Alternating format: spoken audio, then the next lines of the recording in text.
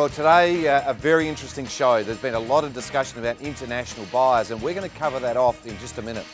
Also, with regard to energy, we are going to have some tips on how to make your property much more energy efficient. And then, of course, we go and look at SA's finest, and today it's Aldgate, and then we're off to Mitcham to look at some magnificent property. And for those of you that have got any questions or queries, don't forget, we are live and interactive, so get those calls going or emails running, and we'll answer them at the end of the show. Enjoy. Well, there's a few bags under the eyes. It's just a bit of jet lag from a New York trip, and what a trip it was. We learned a lot about what's happening not only in America, but spoke to a lot of people from around the world, and we're going to cover that today, the international buyers that are operating in our market here in South Australia. Also, we look at the landlords, the business of property, and we have a segment on that. So if you are a renter or if you are a landlord or you intend to become an investor, one to make sure that you tune in for. That'll be in a few minutes.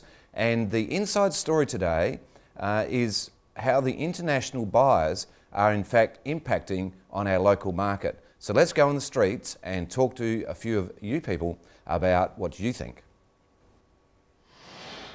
Foreign investors who don't live in Australia.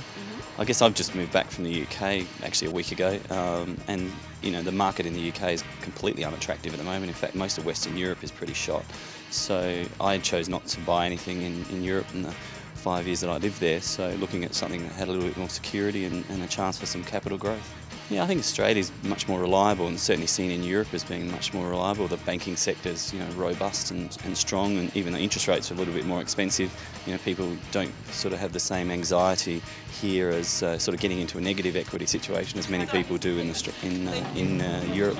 It's probably much cheaper than what you get in Europe. I'm a foreigner myself, but I'm not in the market for investing. It's purely for residential. It's not too much of a concern for me because I'm not currently looking for a house, but if I was looking for a house I'd probably be a little bit concerned because it does obviously drive up the price of real estate in SA, not good for like first home buyers. So looking back in reflection, a couple of years ago if my house cost me $20,000 less, that would have been fantastic. I don't think you should be able to control this because if I was in a very well-off position, I obviously want to increase my wealth and buy property wherever I can in the world. So I think the laws should probably stay the same as they are now. Now the laws have changed in international people buying here in Australia. That will have an impact on you if you are selling a property, or in fact if you're buying a property as well. And we'll talk through that in a moment, but just by way of introduction, the person who's probably the most involved in approval process for international buyers here in South Australia is a chap by the name, who happened to be here with me at the moment, Chris Gill. Now Chris is from Courses, he is a conveyancer and very experienced in this area. Hello Chris. Hello Anthony, thank you for having me on TOOP TV. Yeah, before we get into the topics, two things. Firstly, what is a conveyancer? A conveyancer, effectively the old term was called a land broker. We take the sale from contract, which an agent would negotiate, through to settlement and beyond. So we do the legal side of the property transaction. So essentially from the point where we sell the property for a client, we then hand over to a person like Chris who actually takes it from the sale, the signing of the contract, right through to settlement and pretty much key handover. So now, Chris, I just want to go into today's paper first. There's two items in here, one which we'll discuss, but one I just wanted to highlight is the iPhone 4. So we've had the iPad and we've had the iPhone now 4 coming in, which will be incredibly useful for us when it comes to marketing property. But what more importantly we should be covering is this article and today's paper on page 34, and that's the tax cuts on stamp duty in the other states. You're a man that's been red hot with me fighting land tax here in South Australia and also stamp duty. What's your take on today's article, Chris? I saw the article. I was most happy to see it because stamp duty in New South Wales, for those that haven't seen the article, is to be cut for a 2-year trial period where over 65s will receive a 25% reduction in stamp duty. No doubt that'll encourage them to downsize or to change properties, get rid of that cost when they've retired. And the better part I thought was the reduction entirely of stamp duty on off-the-plan purchases up to $600,000 in New South Wales. So if you buy off the plan, there'll be no stamp duty. It will encourage growth, and it will also encourage housing. So it can only be a good thing. So I know we've had the election, Chris, and we did get some concessions in the last election, which was woohoo.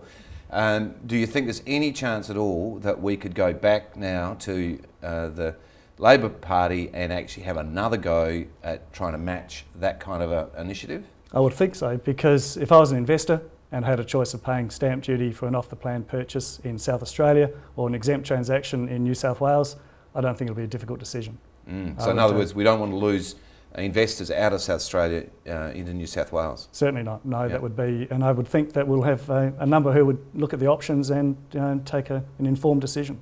And the other thing, Chris, from a state point of view, we need to be competitive. I mean, it's a small state. We need to be fast acting and competitive in the national market. Certainly, and stamp duty with bracket creep, rising prices is becoming a serious impost to transactions, and the state government can't rely on the real estate market to go stagnant.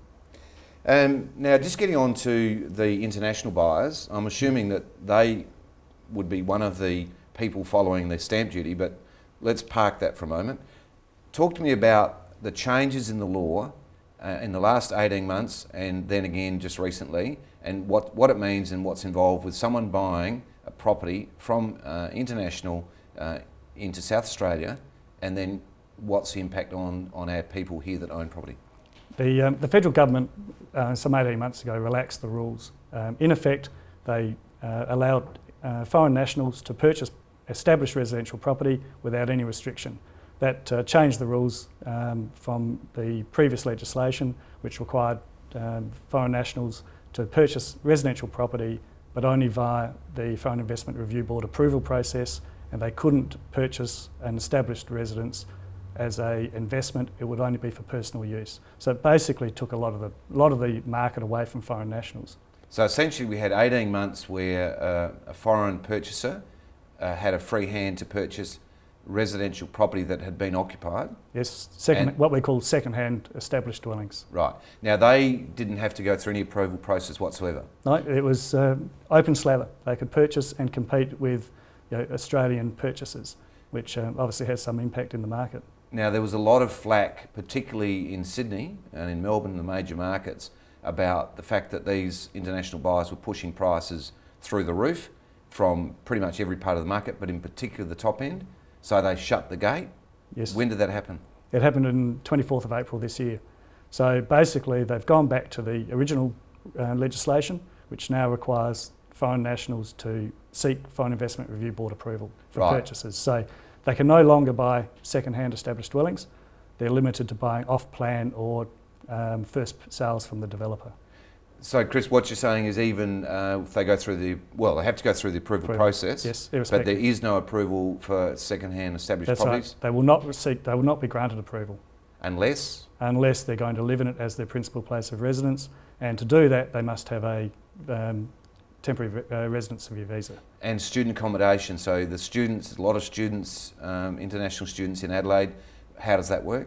So for the students, the parents in the last 18 months have been buying properties for their children to occupy while they're studying. They won't be able to do that now unless the children themselves purchase, which is beyond the means of most students. So it has changed the dynamics of certainly the inner city market. Right, we'll cover this a bit more in a minute, but let's go to one of our segments. Let's go and have a look at the interview that we had about Chinese people in particular coming here to South Australia and purchasing property. So let's go to that interview right now.